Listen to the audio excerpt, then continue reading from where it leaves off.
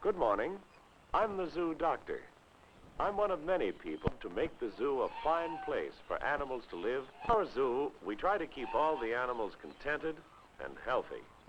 We provide homes for them, which are like native homes. Most of our animals live in family groups. When animals have a good place to live and can be with others of their own kind, they behave naturally and are entertaining to watch. Then, when people come to visit the zoo, they can see the animals at their best. Today, we'll begin our zoo journey by visiting some beautiful deer.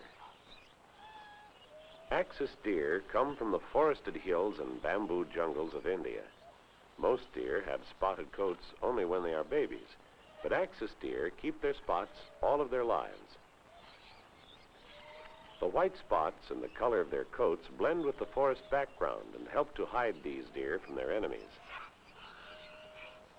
Deer belong to a large group of animals called hoofed mammals. Hoofed mammals live on plants. The deer chew their food slightly before swallowing it. Later, the food is brought back into the mouth and re-chewed as a cud. Many hoofed animals chew a cud. Male deer have strong, sharp-pointed antlers which they use to defend themselves. Although their eyesight is not very good, all deer have a remarkable sense of smell and keen hearing. Many people think the axis deer is the most beautiful of all deer. Now I'd like to show you some elands. They're the giants of the antelope family. See that big male eland? He's the leader of this little herd. Sometimes he's very grumpy and bossy. Elands come from Africa. The large fold of skin which hangs from the neck is called a dewlap. Both the male and female have horns. The horns are hollow like a cow's horns, for elands are close relatives of cattle. Elands use their strong, sharp horns to defend themselves. Also, they can run very fast. At our zoo, the zebras live in large paddocks. These graceful animals come from the grassy plains of Central Africa. We try to provide a zoo home which is like their native home.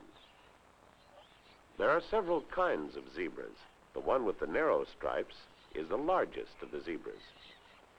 Zebras are related to horses, but they're not as useful to man. Zebras are difficult to train and are not dependable. Zebras are hoofed mammals, too. Like all hoofed mammals, zebras live on plants. Now, here's a strange and interesting animal. This is the great gray kangaroo.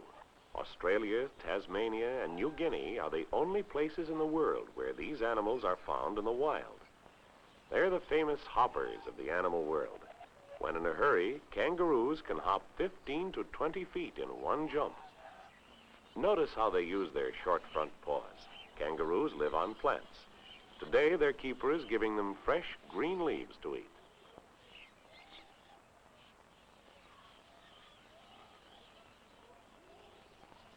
All kangaroo mothers carry their babies in pouches. In the winter, when the babies are born, they are only about 2 inches long. The kangaroo baby lives and nurses in its mother's pouch for several months. In the spring, it leaves the pouch for short periods to run about and eat. When it is frightened, it scampers back into the pouch again. Here's a most unusual little animal, a koala. I want you to see him. Doesn't he look like a tree-climbing teddy bear? This koala came from Australia as a gift from the Australian people to the San Diego Zoo. Koalas live in only certain kinds of eucalyptus trees. The leaves of these trees are their only food. Koalas don't drink water. They seem to get enough moisture from the tender leaves they eat. The koala is a marsupial. Like the wallaby and kangaroo, the koala mother carries her baby in a pouch over her stomach. When the baby gets too big for the pouch, it rides through the trees on the mother's back, clinging to her beautiful gray fur. We have 3 koalas in our zoo. Here's another one climbing down from the tree where he lives. He's looking for some fresh leaves to eat. Twice a day, fresh eucalyptus leaves are placed in the 2 red buckets for the koalas. The koala doesn't come down to the ground very often. His legs are more useful for climbing trees than for walking. On the ground, he's slow and awkward. The koala is watching for his keeper to come with food for him. In his native home, the koala likes to sleep in trees most of the day. At night, he moves about and looks for food. At the zoo, his food is brought to him during the daytime. Skippy, while you've been walking back and forth, the keeper has come with your fresh green leaves. You better hop back into your tree.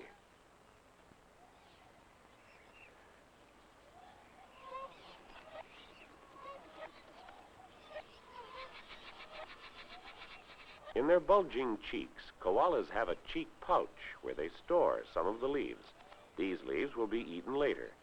One koala can eat about 2.5 pounds of eucalyptus leaves a day. Although koalas look somewhat like small bears, they are not members of the bear family at all. But let's walk on and see some true bears. All our bears live in big open-air grottos where there's plenty of room to run and play. Each grotto has a pool and running water. At the rear are caves that open toward the front of the grotto. The animals are fed in these caves. They sleep and rest in the caves, too, out of sight of zoo visitors. These frolicsome bears are relatives of the grizzly bears. They come from Alaska and are called Montague Island bears. Bears live a carefree life in the zoo since they have nothing to worry them and no enemies to fear. When the bears are being fed, the doors of the caves are locked. Then it's safe for the keepers to go into the grottos to clean them. The concrete floors are thoroughly washed. Clean, sanitary surroundings help to keep animals healthy. When you see the thick, warm coats of these sloth bears, you may think they come from a very cold country, but they don't. Sloth bears are natives of India and Ceylon. The sloth bear eats fruits, flowers, and wild honey, but most of all, he enjoys ants and termites. He puts his snout into an anthill and uses his long lips to draw the ants into his mouth by suction. Notice his long, sharp claws. They're a great help to him in getting food. Wild animals prefer to drink running water, so all our animal homes are provided with a small stream of running water. The polar bears have a large, deep pool in their grotto because they like to swim and dive. Today, fresh, clean water is running into their pool. Although polar bears come from icy Arctic regions, they easily adapt themselves to the milder climate of our zoo.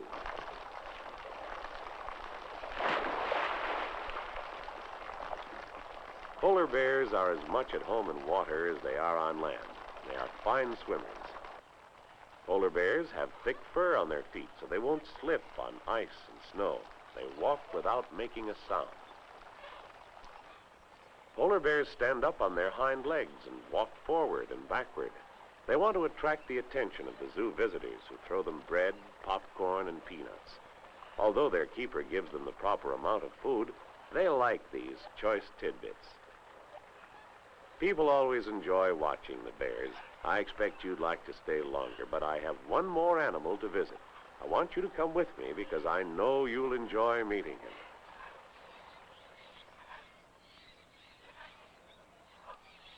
How's he doing, Doctor? He seems fine to me. You don't have to worry about him anymore. But give him a little extra milk every morning for a week or so. Well, stay for just a moment. I was going to give him his milk. There's your milk.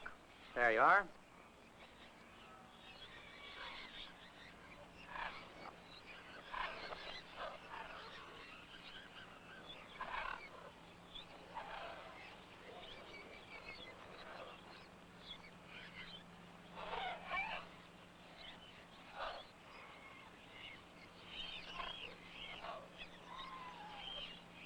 Of all the animals we've seen today, the chimpanzees are the easiest to train and are the most intelligent. These young chimps are lovable and funny. They learn fast because they are fond of the trainer. They try to please him by doing just what he tells them to do. They're learning to sit in a chair and can drink milk from a cup. Today you've been behind the scenes of the zoo with me. You've seen some of the things that are done to make this zoo a good place for animals to live. All the animals you've seen have been mammals, but you haven't seen all the mammals that live here. This zoo is a very big place. Lots of animals live here that aren't mammals. There are birds, for instance. Many, many birds from all over the world. And there are reptiles like snakes and crocodiles, turtles and lizards. There's so many that we couldn't see them all during one visit. I guess you'll have to come again and see some of the other animals the next time.